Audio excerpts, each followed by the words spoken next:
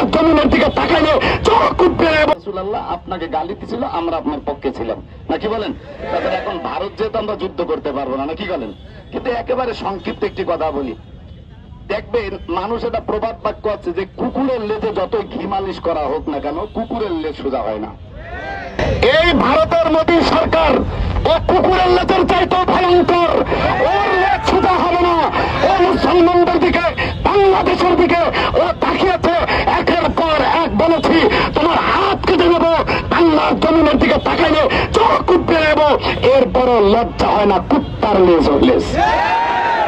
আজকে বাংলাদেশের স্বৈরাচারী সরকার তার কাছে যে আশ্রয় নিয়েছে, পৃথিবীতে কোথাও আশ্রয় পায় নাই, ওই তার কাছে যে আশ্রয় নিয়েছে, তার কাছে আশ্রয় নেওয়ার পর পর আপনারা দেখেছেন আমাদের বাংলাদেশের মানুষগুলাকে, অসহায় মানুষগুলাকে রাতের অন্ধকারে ঘুমের ভিতরে পানি দিয়ে মৃত্যু মারার চেষ্টা করেছে। আবার আমরা বাংলাদেশের হিন্দু, বৌদ্ধ, খ্রিস্টান, মুসলমান সবাই আমরা এক প্ল্যাটফর্মে দাঁড়িয়ে আছি। আমাদের ভিতরে কোনো দাঙ্গা নাই, কোনো হাঙ্গা নাই, কোনো মারামারি নাই। কিন্তু ওই কুলাঙ্কারের চাপ আবার আমাদের ভিতরে দাঙ্গা বাঁধানোর জন্য, হাঙ্গামা বাঁধানোর জন্য, মুসলমান হিন্দুদের ভিতরে দাঙ্গা বাঁধিয়ে দেওয়ার জন্য মুসলমানদের কলেজায় হাত দিয়েছে ওই কুলাঙ্কারেরা।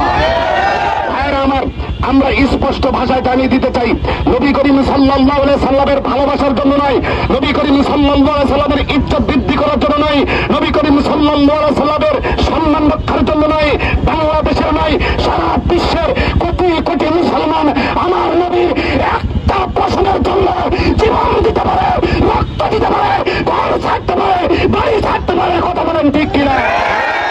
সেই নবীকে নিয়ে কটূক্তি করলে মুসলমান সহ্য করবে না।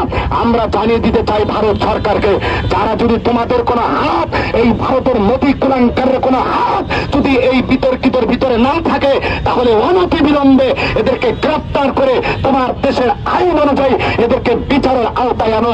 আর যদি তা না হয়, যদি বিশ্বের মুসলমান জাগ্রত হয়, প্রতিশোধের নেশায় যদি মুসলমান ভারতের দিকে একবার করে থুতু ফেলায়, মোদী তুমি বঙ্গোপসাগরে তোমার জায়গা হবে না।